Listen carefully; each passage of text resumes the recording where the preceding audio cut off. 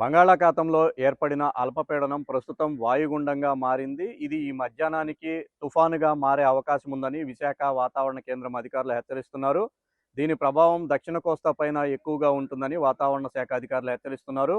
తుఫాను కారణంగా సముద్రం అల్లకల్లోలంగా ఉంటుందని, మత్స్యకారులు చేపల వేటకు వెళ్లొద్దని కూడా హెచ్చరిస్తున్నారు. అలాగే తీర ప్రాంతాలలో ఉండే ప్రజలు అప్రమత్తంగా ఉండాలని వాతావరణ శాఖ సూచిస్తోంది.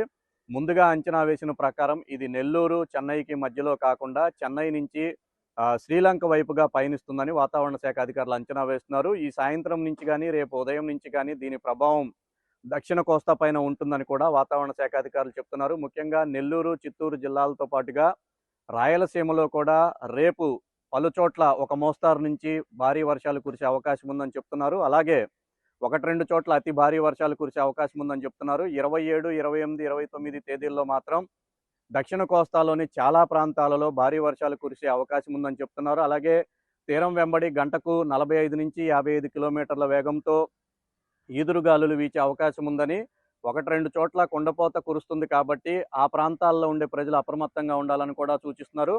ఇక రాష్ట్రానికి సంబంధించిన విపత్తుల నిర్వహణ శాఖ కూడా దీనిపైన పూర్తి స్థాయిలో అప్రమత్తమైంది. రాష్ట్ర అధికార యంత్రాంగాన్ని అప్రమత్తం చేసింది. ముఖ్యంగా నెల్లూరు నుంచి డౌన్ దక్షిణ కోస్తాలో ఉన్న అన్ని జిల్లాలకు కూడా హెచ్చరికలు జారీ చేసింది. భారీ వర్షాలు కురిసే అవకాశం ఉంది కాబట్టి లోతట్టు ప్రాంతాల్లో ఉండే ప్రజలను సురక్షిత ప్రాంతాలకు తరలించేలా చర్యలు తీసుకోవాలని కూడా సూచించింది. తుఫాను దగ్గరకు వచ్చే కొద్దీ భారీ నుంచి అతి భారీ ఈదురుగాలులు వీచే అవకాశం ఉంది కాబట్టి తీర ప్రాంతాల్లో ఉండే ప్రజలను కొంత అప్రమత్తం చేయాలని కూడా వాతావరణ శాఖ సూచిస్తుంది.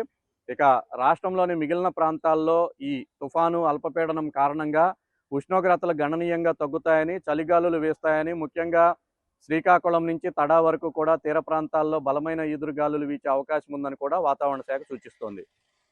కెమెరామెన్ కన్నబాబుతో శ్రీరామ్, రాజ్ న్యూస్, విశాఖపట్నం.